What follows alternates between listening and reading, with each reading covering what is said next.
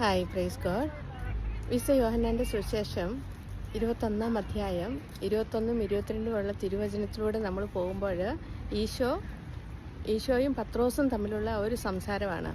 അപ്പം പത്രോസ് യോഹന്നാൻ വരുന്നത് കണ്ടുകൊണ്ട് പത്രോസ് ഈശോയോട് ചോദിക്കുന്നുണ്ട്, ഈശോയെ ഇവൻ്റെ കാര്യത്തിൽ ഇനി എന്ത്? അപ്പോൾ ഈശോ പറയുന്നുണ്ട്, പത്രോസിനോട് ഈശോ പറഞ്ഞു, ഞാൻ വരുന്നത് വരെ അവൻ ജീവിച്ചിരിക്കുന്നതാണ് എൻ്റെ ഹിതമെങ്കിൽ നിനക്കെന്ത്? നീ എന്നെ അനുഗമിക്കുക. ഈ ഒരു തിരുവചനമാണ് 21, 22 തിരുവചനത്തിലൂടെ ഈശോ പറയുന്നത്. പത്രോസിനോട് പറയുന്ന ഈ തിരുവചനം നമ്മളോട് ഓരോരുത്തരോടും ആണ് ഈശോ പറയുന്നത്.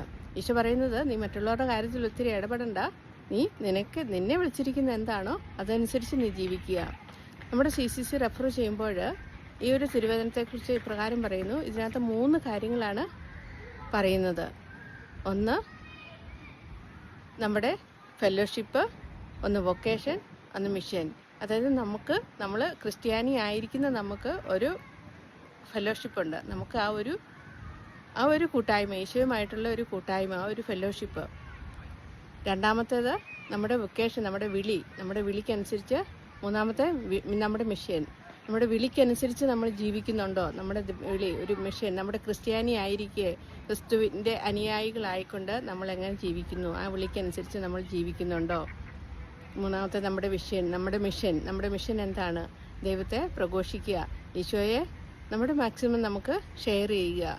ഈ ഒരു 3 വിളിയിലൂടെ ഈശോ പത്രോസിനോട് പറയുന്നത് പോലെ നമുക്കും ഈശോയെ നിന്നെ പ്രഘോഷിക്കുവാൻ, നിന്നെ സ്നേഹിക്കുവാൻ, നീയുമായിട്ടുള്ള ഒരു കൂട്ടായ്മയിലൂടെ ജീവിക്കുവാൻ ഞങ്ങളെ അനുഗ്രഹിക്കണമെന്ന് നമുക്ക് പ്രാർത്ഥിക്കാം. അപ്പോൾ ഈശോ പത്രോസിനോട് ചോദിക്കുന്ന പോലെ, ഞാൻ വരുന്നവരെ അവൻ ജീവിച്ചിരിക്കണമെന്നാണ് എൻ്റെ ഹിതമെങ്കിൽ നിനക്കെന്ത്?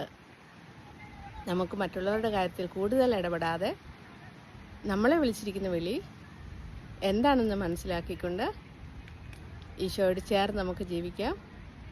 അപ്പം നല്ലൊരു ദിവസം ആശംസിക്കുന്നു. എന്നെ അനുഗമിക്കുക.